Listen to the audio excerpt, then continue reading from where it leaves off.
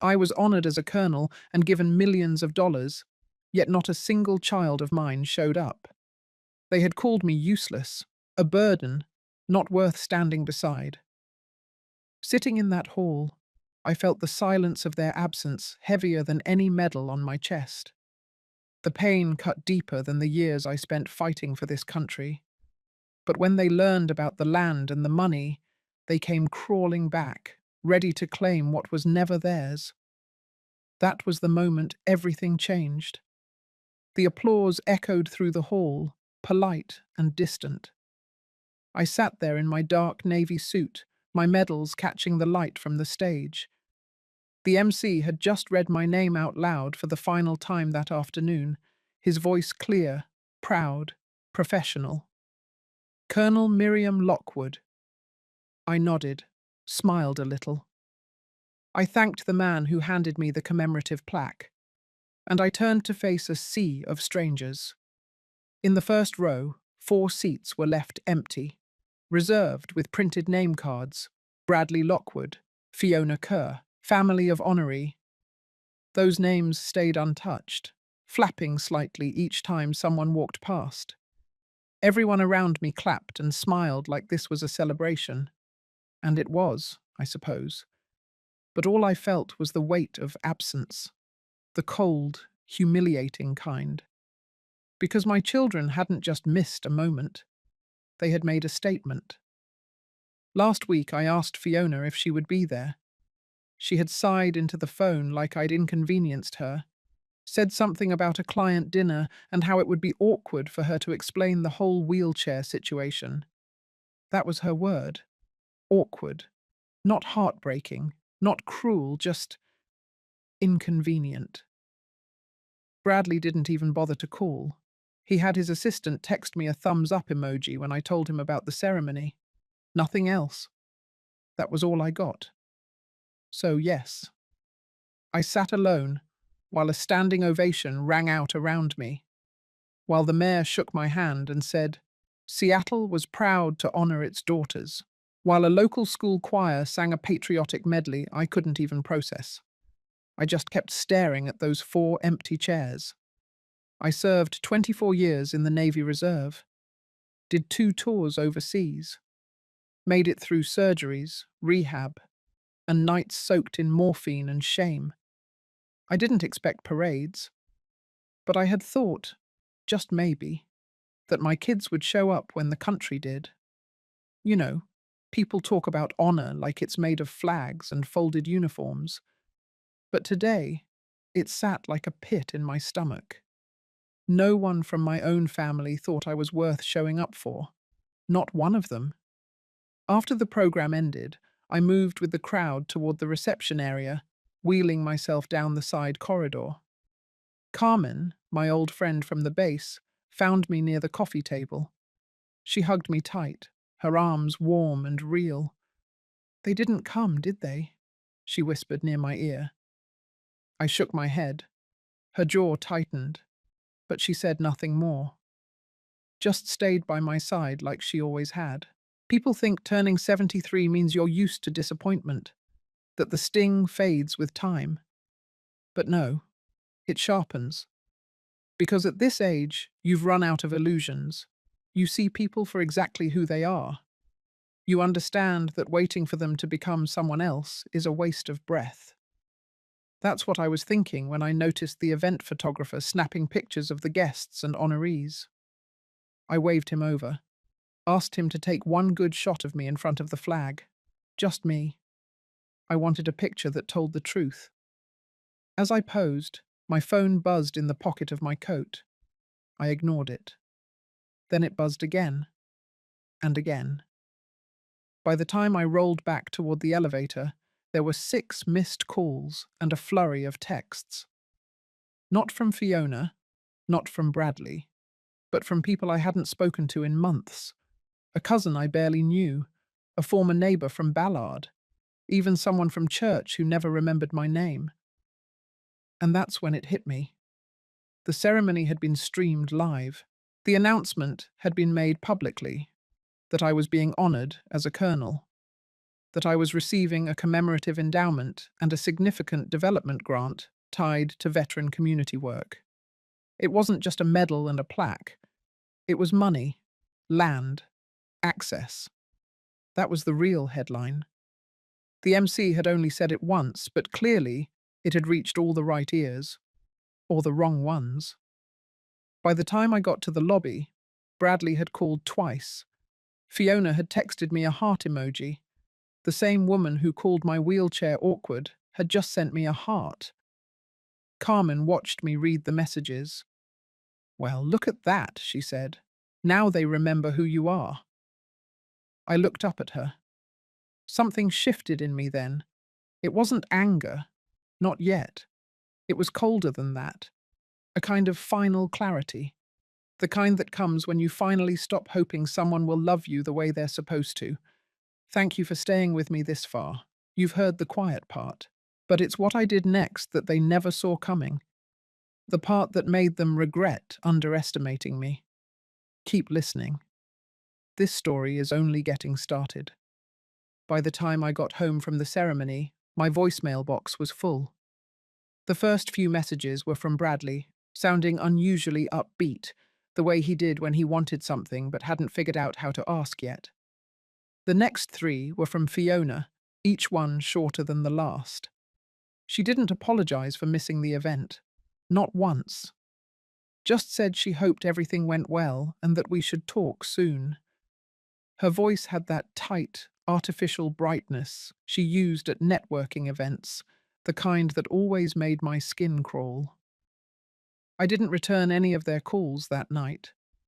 I took my time peeling off my suit jacket, hanging it neatly on the hook in my bedroom, then sitting quietly on the edge of the bed. The plaque and folded flag sat untouched in the hallway, just inside the door where Carmen had left them after helping me in. I didn't move them. I didn't want to look at them. Not yet. The next morning, I woke up before dawn, like I always do. Years of military discipline will do that to you, even long after you're retired. I brewed a pot of coffee and sat by the window. Rain tapped lightly against the glass, and the quiet hum of early Seattle traffic filled the air. I felt something I hadn't felt in a long time. Not sadness, not pride, not even disappointment. Just resolve. At 7 o'clock sharp, my phone rang again. This time I picked it up. Not to talk. I just listened. Bradley's voice was clear, too cheerful. He mentioned how amazing the ceremony looked online, how proud he was to see me honored like that. Then, almost casually, he said it was good to hear the city was investing in veteran support. Said it was great to see the community putting trust in someone with my experience. Then came the turn. He told me he had some ideas, some thoughts on how I could make the most of the resources I'd been given. Something about a community partnership proposal. I didn't catch all of it. I stopped listening around the time he said scalable impact. After he hung up, I deleted the message and opened my email. 10 new ones. 5 were from Bradley's company, each with some version of a project pitch attached. One had a budget file already drafted, with my name listed as the primary funder. Fiona didn't bother with subtlety. Her first text that day read, "Just read the article." "Wow, Mum, you should have told us about the land." Followed by, "Let's grab dinner this week. I have a friend who works in public grants. Thought you two should meet." They weren't wasting time, and neither was I. By noon, I called Carmen and asked if she could come over. She arrived in under an hour, holding a folder and a coffee cup. She didn't ask why I'd called. She knew. We sat at my kitchen table. I told her what I wanted to do. Not just talk about it. Put it in motion. Carmen listened, nodded, then opened her folder. Inside was a copy of the Veterans Property Grant Program paperwork, along with the contact card for Judge Harold Whitcomb. Retired. Private counsel. Trusted. And, more importantly, someone who had helped several veterans legally secure their benefits from opportunistic relatives. That same afternoon, we drove to Judge Whitcomb's office. No marble pillars or big city firm vibe, just a quiet, one-story brick building tucked between a diner and a dental clinic. He met us in a sunlit room that smelled faintly of paper and old wood. I explained everything. He didn't interrupt. When I finished, he leaned back and tapped his pen against the arm of his chair. Then he said 5 words I won't forget. "You waited long enough, Colonel." What we built over the next 4 hours wasn't a revenge plan. It was something smarter, cleaner. We drafted the legal foundation of what would become Lockwood Foundation. The funds, the land, and the title were to be placed under an irrevocable charter. The purpose was clearly stated. All assets would support the development of rehabilitation programs for underrepresented female veterans. No family member could access or control any portion of it. There were built-in protections, oversight clauses, public transparency requirements. Harold explained that even if my children sued, the trust would be bulletproof. Not only that, but once the charter was filed, I would no longer be able to touch the bulk of it either. That was what made it honest. Clean. A legacy, not a bargaining chip. I signed the first draft right there. Carmen witnessed. Harold notarized. When we left, it was still light out. A breeze rolled through the parking lot. I remember standing still for a moment beside the car, just breathing. The weight in my chest hadn't lifted. Not yet. But I could feel it shifting. Back at home, I opened the closet and pulled out the envelope Fiona had sent me last Christmas. It hadn't been opened. I remember thinking, at the time, it was probably just another glossy card with a smiling stock photo of her family. But now, I was curious. Inside was a gift certificate to a seafood place I couldn't eat at, and a handwritten note.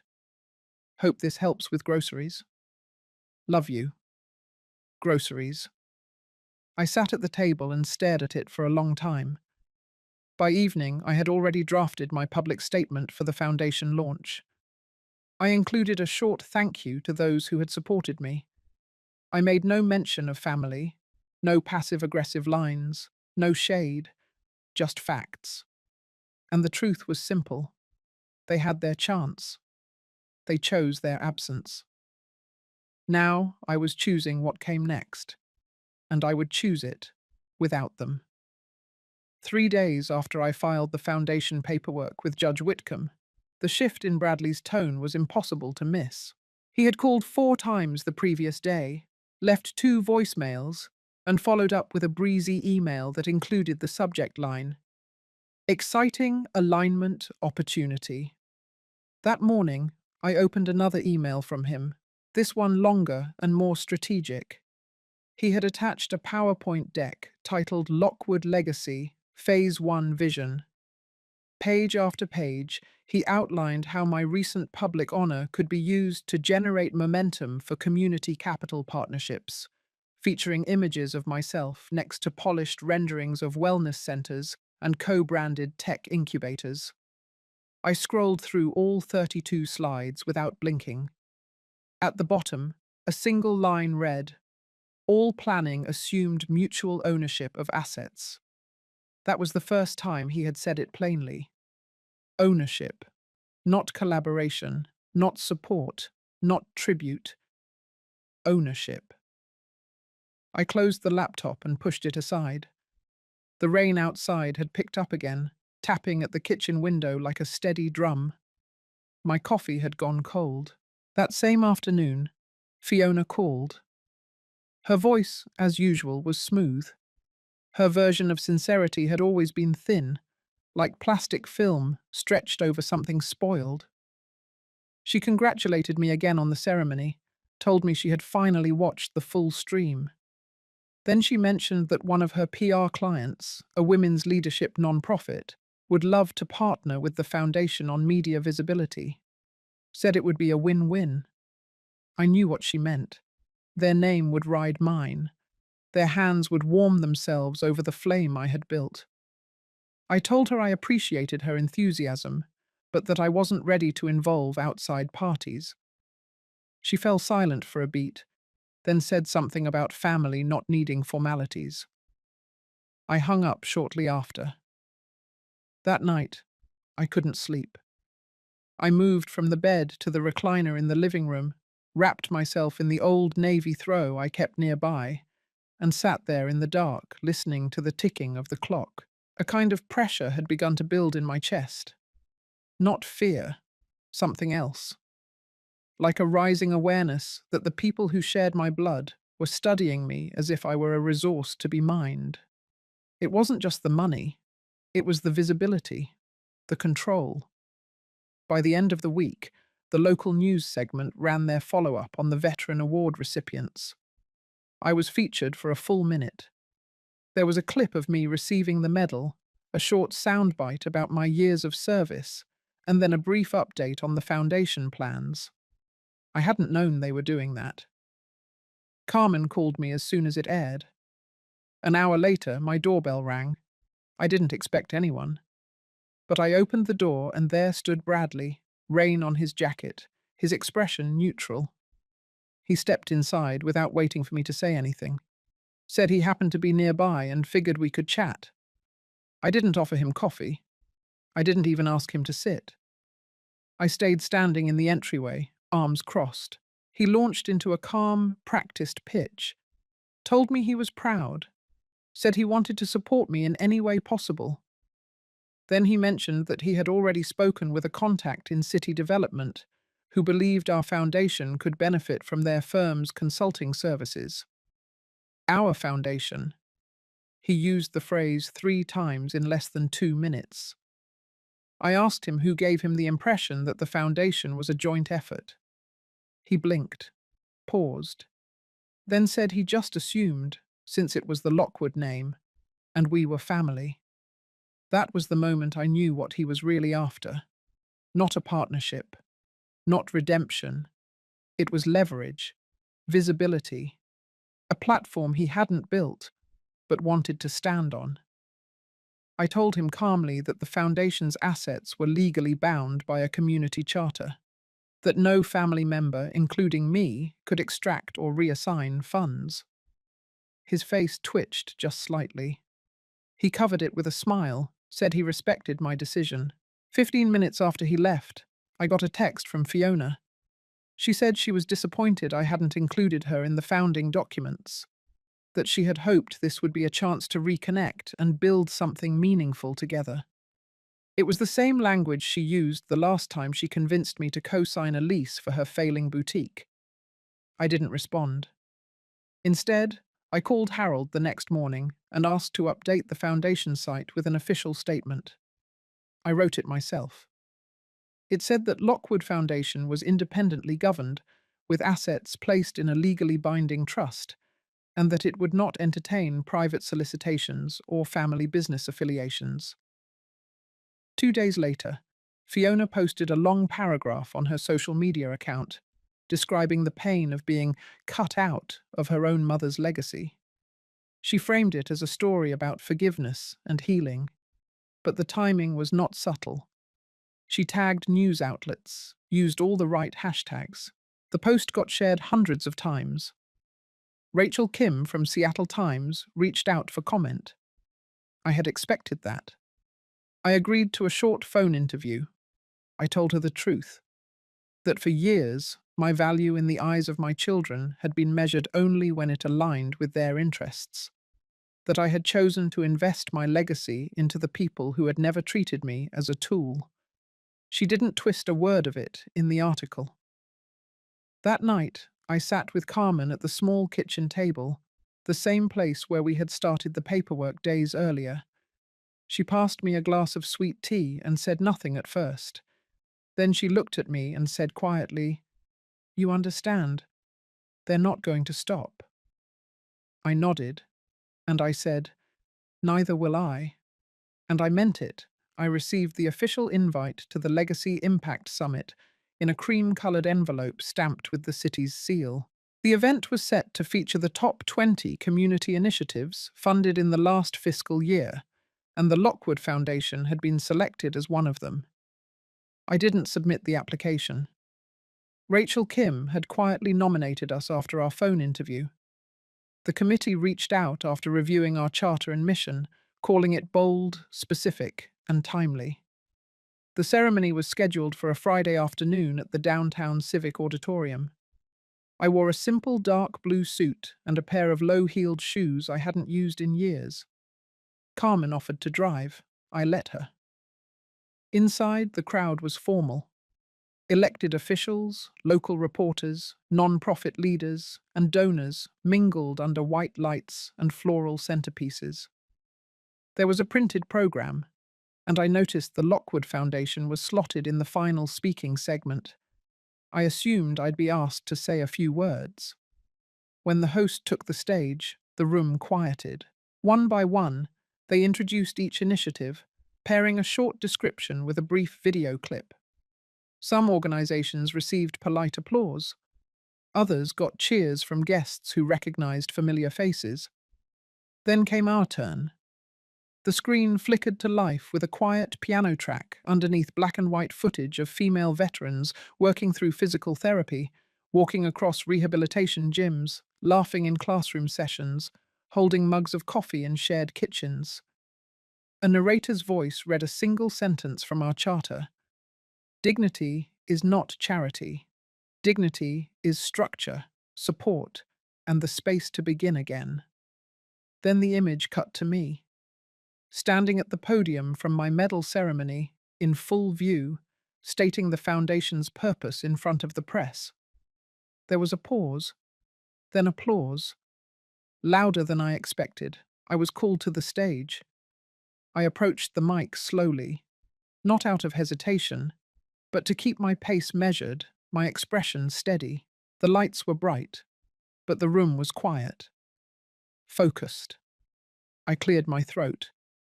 I said I wasn't there to thank anyone.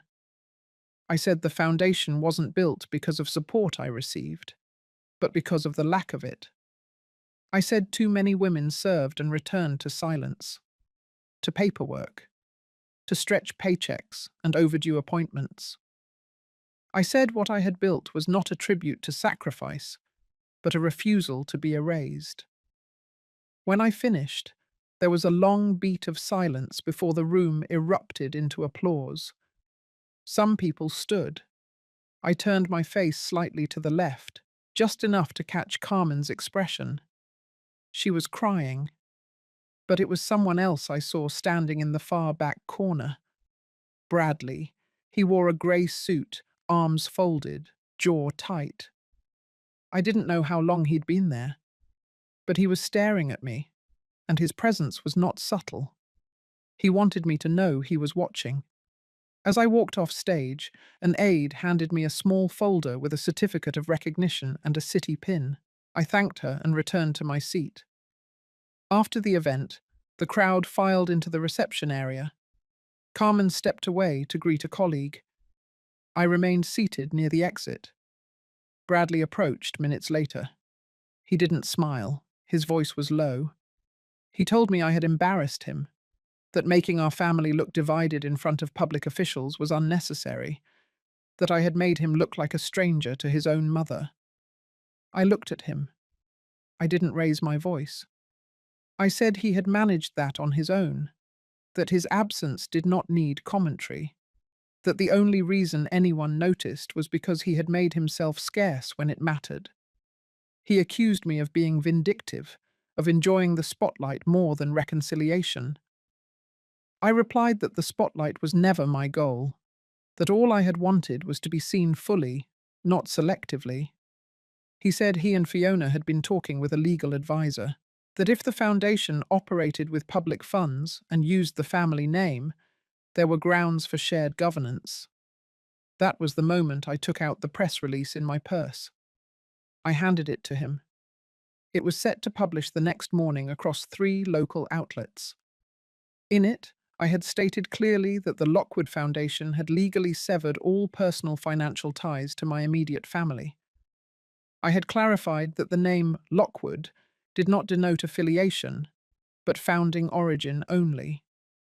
I had added a quote from Judge Harold Whitcomb, affirming the legality and permanence of the Trust's protective clauses. Bradley skimmed the paper. His hands stiffened as he read. I told him I had learned many things in my years of service, how to keep watch, how to endure silence, but most importantly, how to fortify a perimeter. He said I was going to regret this, that legacy was meant to be shared. I replied, "Not if you try to steal it." He left before the reception ended. The next morning, the article ran on schedule. Within hours, Fiona published a public statement on her agency's blog, claiming she was heartbroken and that I had chosen the narrative of division. She called it a betrayal, a rewriting of the family story. What she didn't expect was the response. Veterans, women, strangers. They flooded the comments section, not with hate, but with stories, testimonies of being forgotten, dismissed, of carving out space for dignity when no one else offered it. Rachel Kim forwarded me the analytics that evening. My speech had been clipped and shared more than 10,000 times in under 24 hours. That night, Carmen came over with a small bottle of wine. We sat on the back porch, watching the light fade across the water. She said nothing for a long time. Then finally she raised her glass slightly, to holding the line. I nodded, and to knowing when to let the rest burn. The day after the press release ran, I received a letter from a law firm in Bellevue. It was hand-delivered, not by courier, but by a man in a suit who waited at the edge of my property until I opened the door myself. He said my name clearly, handed me the envelope, and left without a word. Inside was a formal notification of intent. Bradley and Fiona were seeking emergency review of the Foundation's structure under state charitable law. They claimed to be concerned about transparency, governance, and fiduciary oversight. In simpler terms, they were trying to challenge the irrevocability of the Charter. They wanted the court to examine whether I had been influenced, misled, or impaired at the time of filing. It was a textbook move dressed up in concern. I didn't panic. I called Harold. He told me not to worry and asked me to meet him at his office the next morning. That night, I sat on the edge of my bed, looking at the framed photo of my first deployment. Back then, I didn't know what loneliness meant. I had thought it was something that happened in silence. But it turned out loneliness could roar. It could come from being surrounded by people who knew your name, but not your value. I folded the letter and placed it inside my desk drawer. Then I went into the kitchen and brewed tea like I always did. No trembling, no anger, just steadiness. The kind that comes after enough people try to take something from you, and you finally decide not to let them. At Harold's office, we reviewed every document. He was calm, methodical. Every signature, every timestamp, every clause had been filed correctly. The Foundation had been structured with multiple layers of legal insulation. He had anticipated this, even if I hadn't. "They cannot break it," he said, "but they can harass you." Over the next week, that's exactly what they tried to do.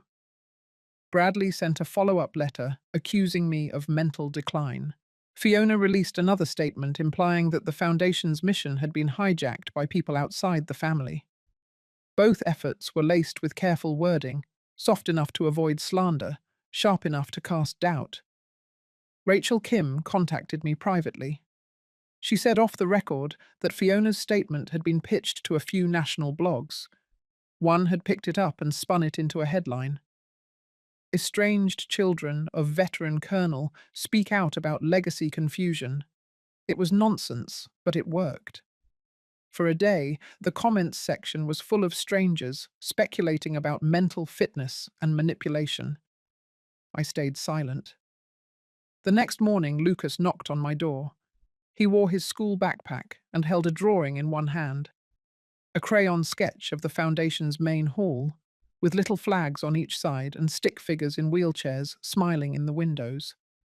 He said his teacher had asked them to draw a hero that week, and he picked me. I thanked him, kissed his forehead, and put the drawing on the fridge. Then I sat alone for a long time, staring at it. Of all the noise, this was the only voice that mattered. Harold called that afternoon. The hearing date had been set. It would be a preliminary review, not a trial. But Bradley and Fiona would have their chance to argue. So would we.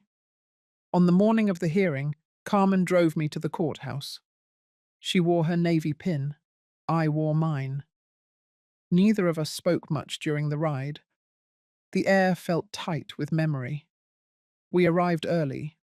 Harold met us at the front steps. His briefcase was already open, files neatly arranged, marked with colored tabs. He looked confident. I felt ready. Inside, the room was quiet. The judge was a woman in her 60s with a firm voice and tired eyes. Bradley sat 2 rows ahead of us, adjusting his tie with stiff fingers. Fiona wore a beige dress and no expression at all. The proceedings were brief. Harold presented the documentation, walking through the charter, the intent, and the process. He spoke clearly, respectfully, without performance. Bradley's attorney tried to argue impairment, claimed undue influence by Carmen and the media, said my mental state had not been formally evaluated, said the foundation's name implied family endorsement, and that excluding the children was a breach of implied legacy. The judge asked a single question. Had either petitioner attempted to reach out to participate before the filing? They hadn't. That was all she needed to hear.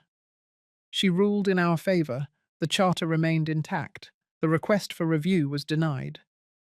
Any future claims would need substantial new evidence and would be subject to financial penalties for harassment. Fiona left first. She didn't look back. Bradley hesitated at the door. I stood, looked him in the eye, and nodded once. Not a goodbye, just acknowledgement. Outside, the wind had picked up.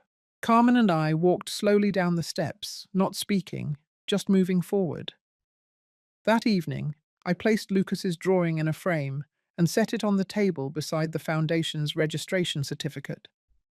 I stood there for a long time, letting the quiet settle into the walls.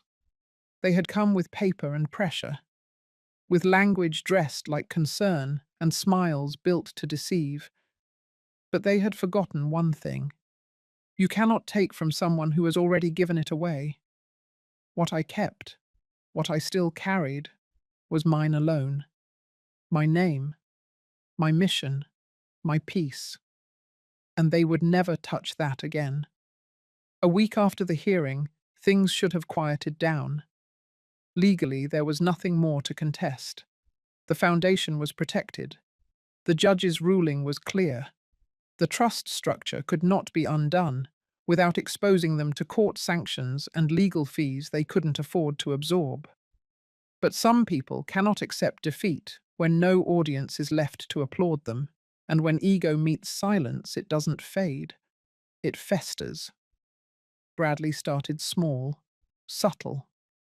He called one of the businesses leasing space in a building adjacent to the planned foundation property, claimed to be a consultant tied to the Lockwood name, dropped phrases like expansion potential and joint usage. It was easy to verify the truth, and even easier to shut it down, but the effort itself said enough. He was still circling. Fiona tried another tactic. She crafted a social media campaign around caregiving and aging parents, posted photos from her childhood, wrote captions about legacy and intergenerational misunderstanding. She even included a quote from a therapy blog about trauma responses in elder relationships. The subtext was clear, and the comments were flooded with sympathy. Not for me, for her. At first, I ignored it. I focused on the work. Construction permits had cleared, and early ground testing began on the edge of the 12-acre property. Carmen handled logistics with a quiet steadiness I depended on. We met every morning to review vendor updates and community interest inquiries. The momentum gave me something to stand on, something that didn't shift depending on who approved or who showed up. But pressure doesn't always strike loud. Sometimes it shows up in envelopes. Two came within 3 days. One was anonymous. A typed note, no return address, accusing me of alienating my family and laundering public money under the name of personal revenge. The second was from someone claiming to be a retired family mediator, urging me to consider reconciliation for the sake of public peace. It ended with a business card and a line about visibility and healing. I didn't respond to either, but I kept both in a drawer, not out of sentiment, but as record. Proof that letting go of people doesn't always mean they let go of you. The weight of all of it caught up with me one Sunday evening. Carmen had gone home after dinner. I stood at the sink, hands in warm water, rinsing off the dishes. My chest felt tight, but not from sorrow. It was something else. Like pressure had built over weeks and found no place to land. I sat down in the den and pulled out a notebook. Not a journal, just a lined pad I used for thoughts I didn't want to speak aloud. I wrote one sentence. They wanted the version of me they could silence. Then I set the pen down and let the quiet fill the room. The next day, Rachel called. She was working on a long-form story about veteran-led foundations and wanted to include Lockwood as a central feature. She asked for time on-site, interviews, and permission to document the early development stages. I agreed, not for publicity, but because stories only survive distortion when told in full. She came 2 days later with a photographer and a small team, walked the site, sat in on one of our planning sessions. At the end of the day, she pulled me aside. She said she had seen Fiona's posts, had received a few unsolicited messages suggesting she include family voices in her report. She didn't name names, but I already knew. I told her the truth. That estrangement is rarely one-sided, but it is often one-directional.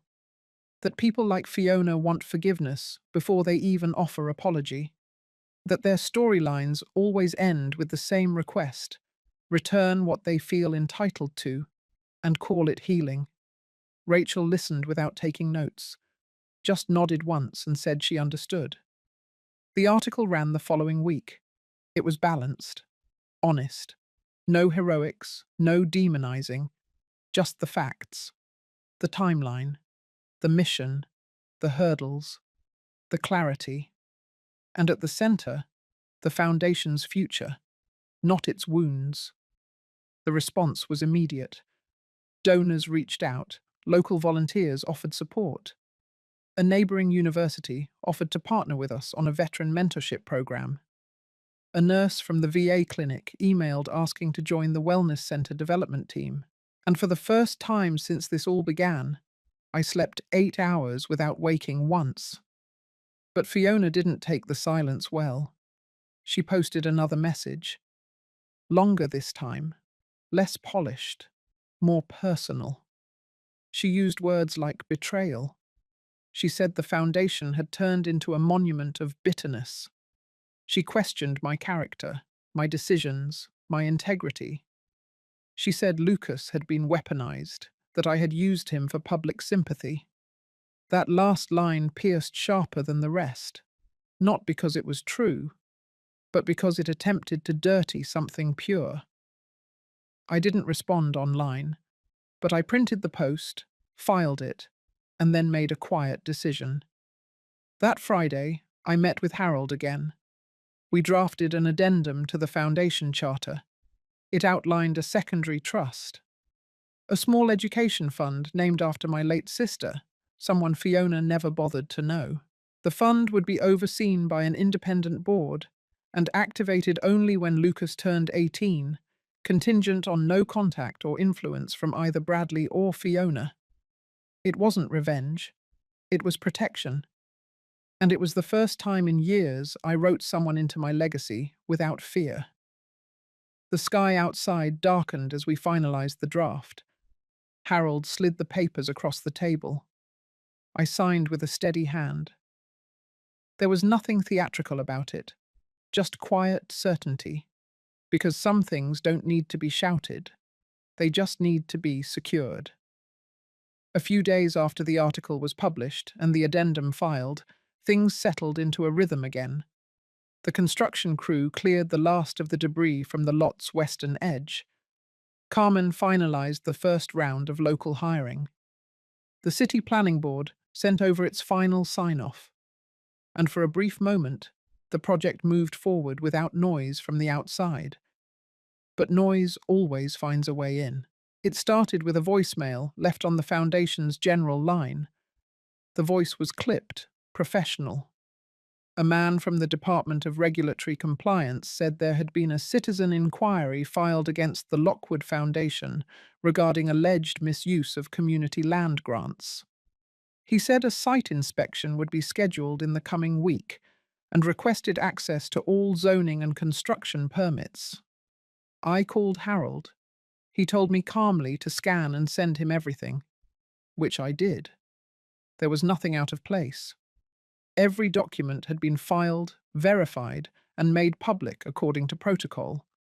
Still, the timing spoke louder than the words. A few days later, Rachel Kim forwarded me an anonymous tip submitted to her editorial team. It accused me of building a private estate under the guise of a non-profit. It said I had orchestrated a media campaign to manipulate public sentiment. The language was formal but bitter, like someone trying to sound official while dragging something personal behind each line. I didn't need proof. I knew where it came from. I also knew why it had intensified. Lucas's school had published a piece in their monthly bulletin, a simple paragraph about how one of their students had a grandparent who was building a wellness center for veterans. They had printed a photo of Lucas's drawing, the one with the little flags and stick figures in wheelchairs. It wasn't meant to make a statement, but it had. Fiona's reaction was fast and direct. That same afternoon, she posted again, this time not from her PR account, but from her personal one. It was a long caption beneath a throwback family photo. She wrote about feeling erased, about how narratives can be edited to exclude. She said motherhood was not always loud, and that just because someone doesn't show up in a headline doesn't mean they didn't shape the story. It was poetic, manipulative, and designed to wound without striking directly. People sympathized, comments poured in, but that was not what stung. What stung was what came next. Carmen showed up at my door 2 days later, holding her phone tight in her palm. She had just left a logistics meeting at the city offices. While there, she overheard a clerk on the phone mentioning a new proposal being pushed to the council by a small group of residents. The proposal aimed to block zoning for additional expansion on our site. According to Carmen, the name Lockwood came up more than once. That night, I stayed up reading over every zoning map, every structural amendment, every clause tucked into the site charter. Then I picked up the phone and called the only person I hadn't spoken to since the hearing. Bradley. He answered quickly, his voice flat. I told him I wasn't calling to debate, that I knew he and Fiona had leveraged everything they could, publicly and privately, to undermine the project. That this no longer had anything to do with legacy or family. It was interference, and it was no longer being tolerated. He didn't deny it.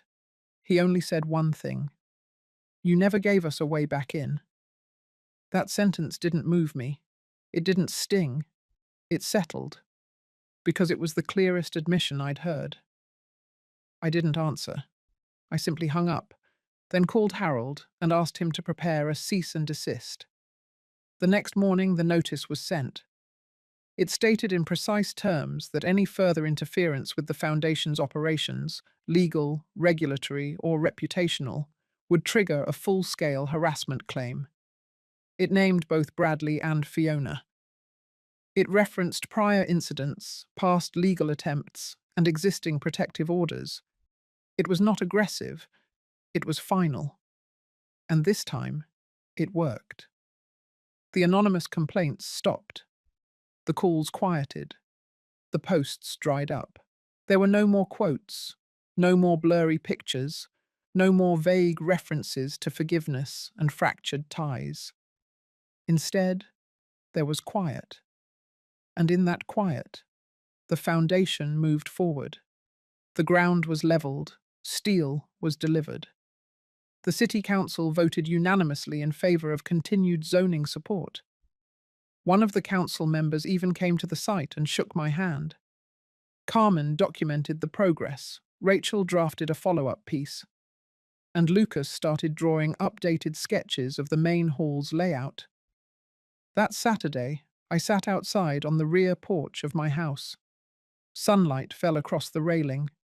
The air smelled like grass and fresh paint from a neighbour's fence. I held the blueprint of the wellness centre in one hand and Lucas's newest drawing in the other. He had drawn a room full of veterans in wheelchairs and prosthetics, but this time they were teaching. One was drawing on a whiteboard. Another was helping a younger person adjust a device on their arm. In the corner of the page, in small block letters, Lucas had written, "Healing is a cycle. You give it, you get it." I closed my eyes for a moment, not out of pain, not out of weariness, but because the wind was soft and I wanted to remember that exact sound. The sound of building, of forward, of something earned, staying earned, and most of all the sound of no one trying to take it away. The first thing I noticed was the silence. Not the kind of silence that comes with peace, but the kind that comes before a storm. Carmen wasn't at the site that morning. Rachel had messaged late the night before to let me know she was covering a different story. Harold hadn't responded to my last email, though I figured it was due to travel. It wasn't unusual. And yet I felt it. That old tightening in the chest. A tension I couldn't explain. Until the mail came. The envelope was thick, white, government stamped. Inside, a notice of audit. Not from the city, but from the state. It claimed a discrepancy in the non-profit structure. Said certain financial allocations were being re-examined under new grant oversight procedures. It wasn't an accusation, not yet. But it was a door cracking open. I read the letter twice. Then I went upstairs, opened the locked filing cabinet, and pulled out the binder that held the Foundation's charter, its tax-exempt status, every relevant license, agreement, and banking record. All in order. I wasn't worried. Not in the way that fear gnaws at you. I was just tired. That evening, I met with Carmen and laid everything out on the work table. She read through the audit request quietly, her face still, her breath slow. "This is targeted," she said without looking at me. "They're not done." I didn't need her to say who they were. We both knew. The next day, I filed a formal response, attaching all necessary documentation. I copied Harold and looped in 2 compliance attorneys I had worked with years ago. I did not panic, but that night, I took the long way home. I stopped by the edge of the lot and looked at the steel skeleton of the wellness centre, the way it cut through the sky, a shape not yet finished, but undeniable. That's when I understood. This wasn't about land, or legacy, or even money. It was about control, about who got to define truth when the old one no longer served. That week, Bradley and Fiona reappeared in the headlines. A puff piece in a mid-tier magazine featuring successful family entrepreneurs overcoming personal loss. The timing wasn't coincidence. In the interview, they didn't mention me by name, but the subtext was sharp. Bradley spoke about navigating betrayal from within, and Fiona smiled through her lines about letting go of stories that no longer uplift. I didn't react publicly, but I took note. On Thursday, Carmen forwarded an internal email from City Zoning. A minor clause in our construction plan had been flagged as in need of clarification. Nothing serious, but it would require a temporary hold on new supply deliveries. I called the zoning office directly and was transferred 3 times before someone admitted, off the record, that the complaint had come from a former affiliated party. No name was given, no need. I could feel the walls tightening again. But this time, something in me refused to retreat. So I called Rachel. I told her everything, not just the audit or the zoning interference, but the full weight of it, the smear campaigns, the manipulation, the smiling social media posts hiding a scalpel underneath. She listened, then said only one thing. It's time you said something too. The next day, she brought a photographer and sat with me on the foundation site. I didn't speak in anger. I spoke in facts. In the long months of paperwork, late nights, silent losses, and the slow reclamation of a voice that had been buried under decades of politeness. We walked through the unfinished buildings. I showed her the room designed for trauma therapy, the garden area for community meals, the low-step walkways, all designed with wheelchairs and prosthetics in mind. Then I showed her the shelf. It was just a wooden beam mounted in the east hallway. On it, a small plaque with my husband's name, and beneath it, a line etched into brass. Leave no one behind, especially not yourself. That afternoon she filed the story. It went live within 24 hours. The headline wasn't dramatic, it was clear.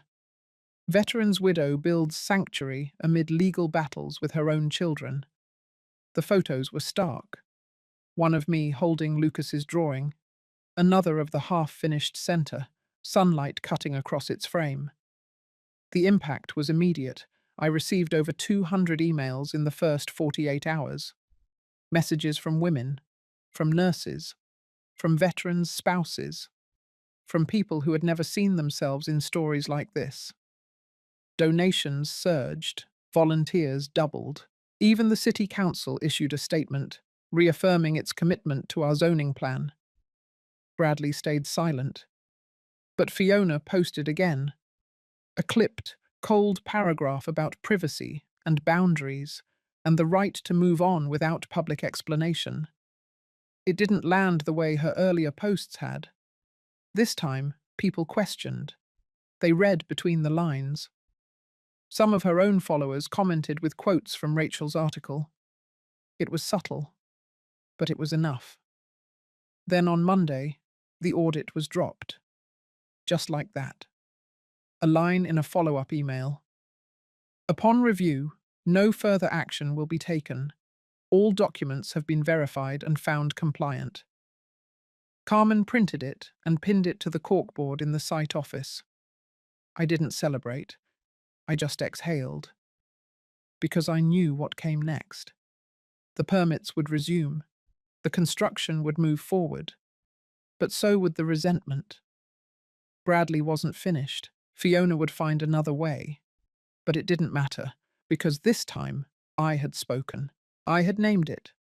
And once something is named, it can no longer hide behind half-truths. It must face the light. The call came just after 6 in the morning. Carmen's voice was steady but clipped. The site had been vandalized overnight. Spray paint on the foundation walls, broken glass near the supply shed, a smashed window in the south wing. I didn't ask for details. I told her I'd be there in 20 minutes. When I arrived, the sky was still a deep navy, and the air carried that early stillness before the day breathes in. Carmen stood with 2 officers, arms folded across her chest. One of the steel beams had been graffitied with a red phrase written in thick block letters. Leave your pity elsewhere. It didn't rattle me, not the way they might have hoped. But it did slow my step. just for a second. Rachel arrived 10 minutes later. She photographed the scene quietly. No flash, no questions. Just that look on her face that said she understood this wasn't just petty vandalism. It was a message, a warning. Carmen handed me a clipboard, a short list of missing items, some copper piping, a power drill, a few locked bins forced open and rummaged through. But the bigger blow was symbolic. The paint, the broken glass, the attempt to intimidate. I sat on the edge of the low garden wall and looked at it all, not as a victim, but as someone whose patience had been stretched to its edge. That afternoon, I made 3 calls. The first was to our security provider. I upgraded the entire system: cameras, floodlights, on-site response. The second was to the city. I requested a formal incident report be filed and tied directly to our zoning and construction files. The third was to Harold. He answered on the second ring. His voice carried the weight of someone who knew he'd been silent too long. I didn't scold him. I didn't ask why he hadn't responded sooner. I simply told him what had happened, what it meant, and what I intended to do. The next morning, I called a press conference. Not a flashy one, no podium, no banners, just a microphone, a few chairs, and the steel bones of the center behind me. Rachel stood to the side. Carmen kept watch near the entrance.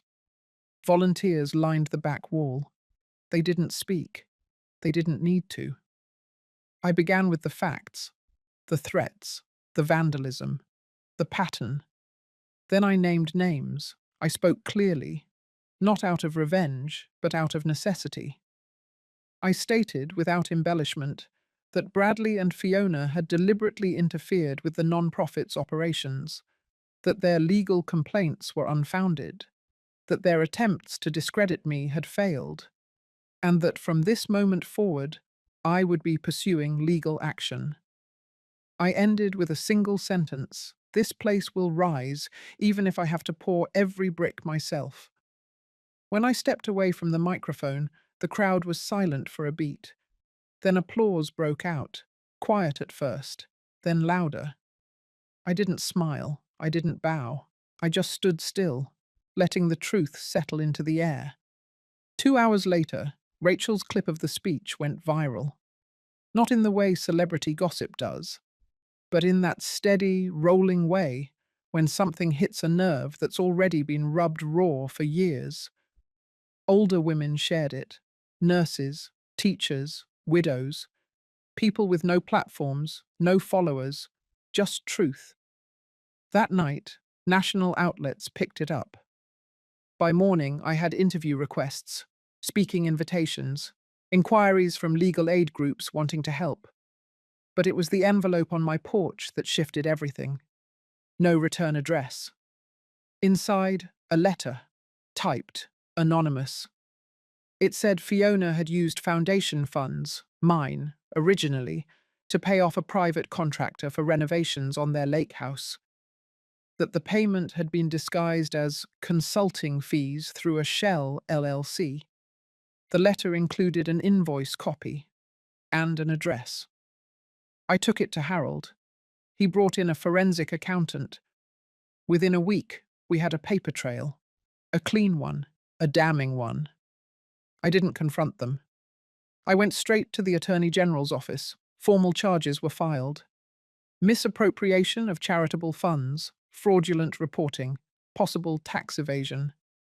It was slow at first, but the system moved. They were served. Their accounts were frozen. An official review of the non-profit structure under their management began. That's when Bradley showed up, not in public, not with an apology, but at the center, late one afternoon.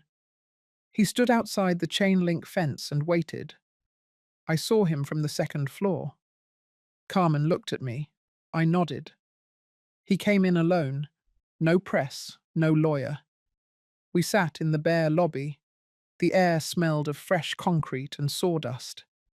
He looked older, not just tired, eroded. He started to speak. Something rehearsed, maybe. But I stopped him. I told him I didn't need his version of an explanation. Not anymore. Then I handed him a folder. Inside was the audit summary, the letter from the AG's office, the invoice from the shell contractor, and a printed photo of the first therapy room, nearly finished. You took from something meant to heal others, I said. He didn't deny it. He just sat there. Then I said the thing I knew would break him. You were my son, but you don't get to be my legacy. He left without another word. That night, I sat by the garden wall again. Carmen joined me. She didn't say much. She didn't need to. The moon was low, casting silver over the cement and scaffolding. And in that quiet, I felt something shift. Not victory, but clarity. The kind that comes after a long storm, when the wind finally dies and you realize you're still standing, not untouched, but whole in a way you hadn't known you could be. I looked at the center, still unfinished, but rising, always rising. 2 weeks passed. The dust from the public fallout had started to settle, but the ground underneath was still shifting. I could feel it in every phone call, every glance across the room. Not fear, not even regret. Just the quiet discomfort of people realizing that silence had a cost. I didn't spend my time waiting for apologies. I spent it on the job site. I met with volunteers. I finalized supplier contracts. I walked the perimeter of the property every morning with a notebook in hand, jotting down details that needed fixing. A misaligned door frame, a crack in a support column, a patch of paint that didn't settle right. Small things, but they mattered. This place wasn't going to rise halfway. Harold sent word that charges against Fiona had moved from civil to criminal. The wire transfers, the shell corporation, and the double entries in her accounting software had painted a clear enough picture. They called it premeditated misappropriation. I called it betrayal dressed in tax forms. Bradley hadn't been formally charged, but he'd been named in depositions. The distance between him and the mess he helped create was shrinking. Rachel stopped by the centre on a rainy Thursday. She brought tea and one of those folders she always carried when she had something hard to say. I didn't sit. I kept sweeping dust from the floor of what would be the reading room. She stood near the door. Her eyes were softer than usual.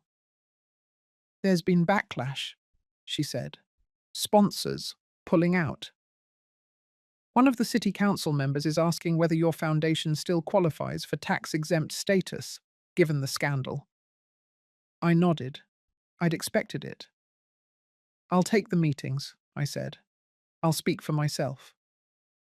And you'll be alone in those rooms, she said, not unkindly. I kept sweeping. I've stood alone in harder rooms.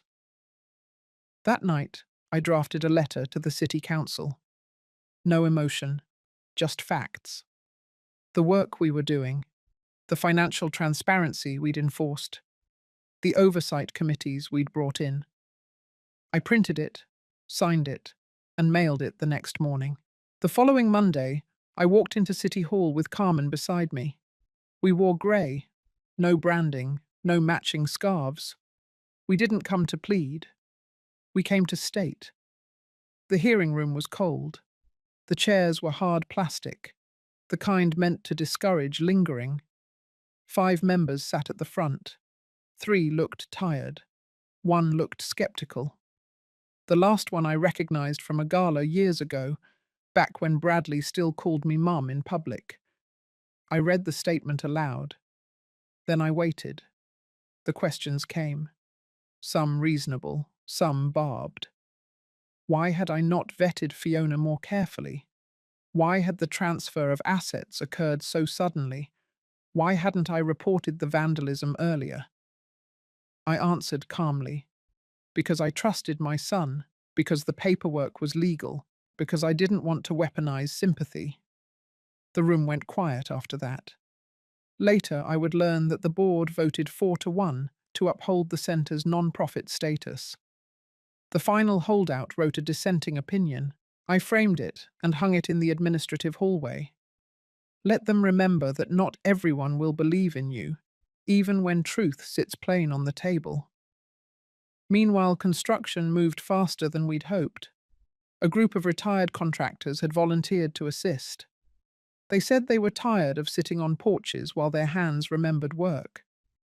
I baked bread for them every Friday. We laughed more.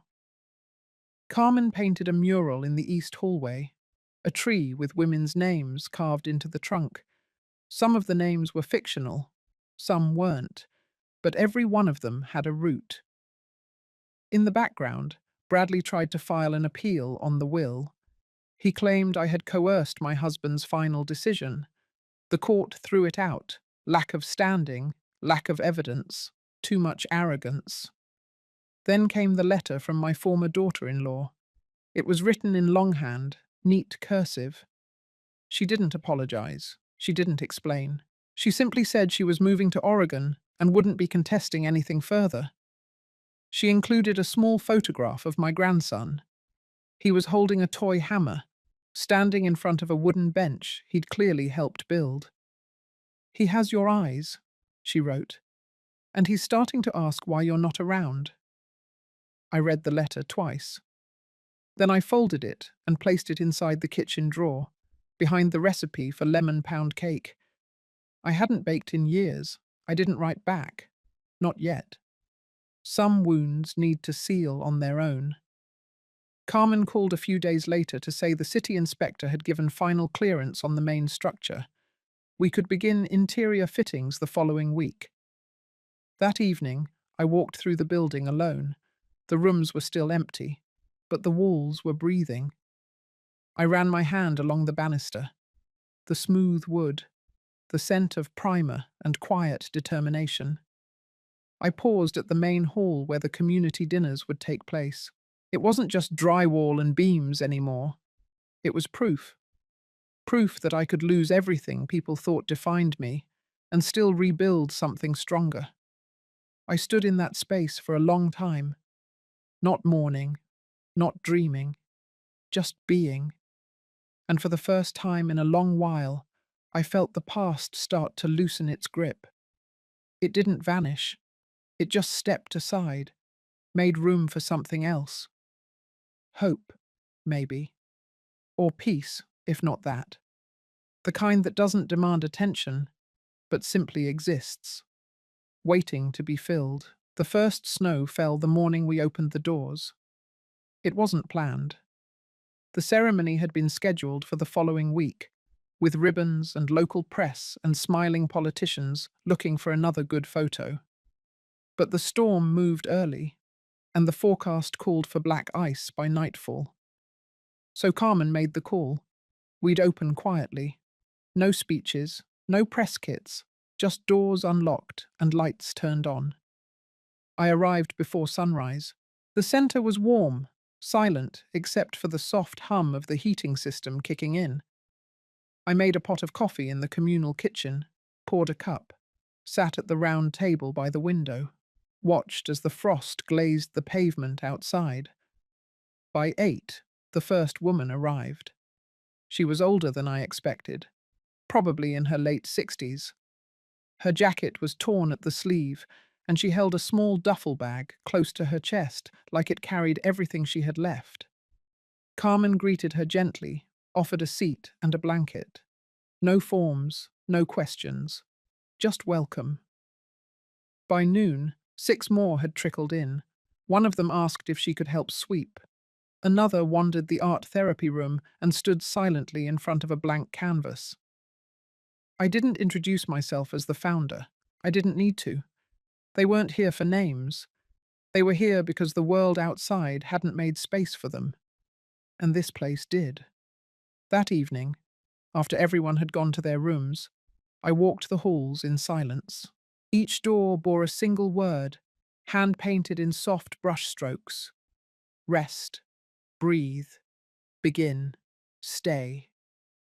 I paused at one that read, "Remember."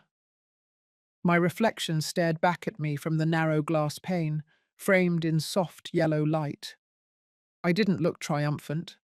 I looked tired, but whole. Later that week, Rachel called. She'd spoken to a regional non-profit that wanted to fund a second centre. They were impressed with the model, impressed that it ran without drama, without spectacle. She asked if I'd consider licensing the name. I told her I'd think about it.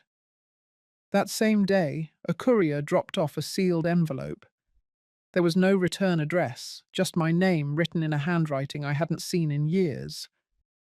Inside was a short letter from Bradley. No apology, no admission of guilt, just 2 lines. They tell me you still walk every morning. I never deserved your silence. I folded the note in half. Didn't tear it. Didn't call. I set it aside, tucked between the pages of a gardening book I hadn't opened in months. Some truths didn't need confrontation. They just needed space to echo and fade.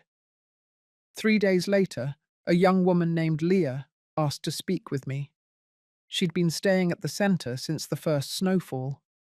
Quiet, soft-spoken, always the last to enter the dining hall, always the first to clean up after. She sat across from me in the main lounge. Her hands trembled slightly as she pulled a folded piece of paper from her sweater. A resume. She'd studied social work before her life unraveled. She wanted to help, not just because she needed a job, because she understood vivid what it meant to be unseen. I hired her that afternoon. That evening, Carmen and I stood outside as another snowfall drifted through the streetlights. She asked me how I felt now that it was all real, now that the walls stood and the rooms were full. I told her I didn't feel like I'd won, because it wasn't a victory. It was something older than that, something quieter, like putting your hand on the earth after it's been scorched and realizing something still breathes beneath. I didn't cry, not then. But that night, alone in my apartment, I found myself standing at the window, watching snow gather on the sill. I thought of all the rooms I'd been shut out of, all the moments I'd been dismissed, erased, betrayed. And yet here I was. Not because of revenge, not because of strategy, because I'd refused to vanish, because I'd chosen to create something no one could steal or smear, not even him. 2 weeks later, the first press article came out. They called me a survivor, a philanthropist, a pioneer for elder women reclaiming space. But none of that mattered as much as what happened a week after the article ran. A letter came from Oregon. This time, it was from Fiona.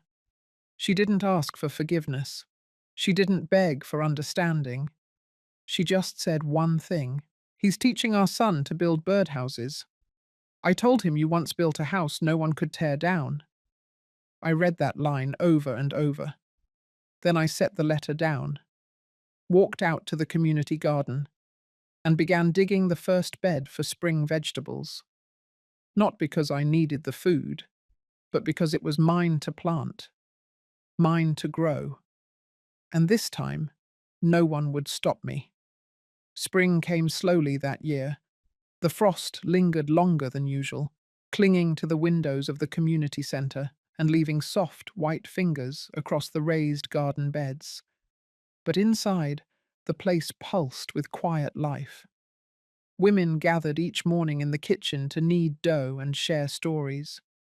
They took turns tending the compost bin, watering the soil, planting herbs whose names I had long forgotten and now relearned. And I kept walking. Each day, at dawn, I laced my shoes and made my way around the block, a ritual older than the centre itself. My bones ached less. My breath steadied sooner. The sidewalks remembered me. Or maybe I remembered myself. One morning, as I came in from my walk, I saw Leah sitting on the porch with a young woman I didn't recognize. Her eyes were cautious, but her hands were steady. Leah stood and introduced her. She said she was looking for a place to volunteer. I offered her coffee. She said she'd already had 3 cups. I smiled and said that was a good sign. Later that day, I found a small stack of mail in my office. Most of it was the usual: grant updates, invoices, 2 thank you cards from former residents, and 1 letter, addressed by hand, with no return address again. Inside was a printed notice. Bradley had entered into a plea agreement: financial misconduct, fraud, elder abuse. It was a brief, clinical document. Not a single word about me. No mention of the centre. Just a note at the bottom saying the ruling was sealed, per his request. I folded the paper, placed it inside my desk, locked the drawer. I didn't feel vindicated, just free.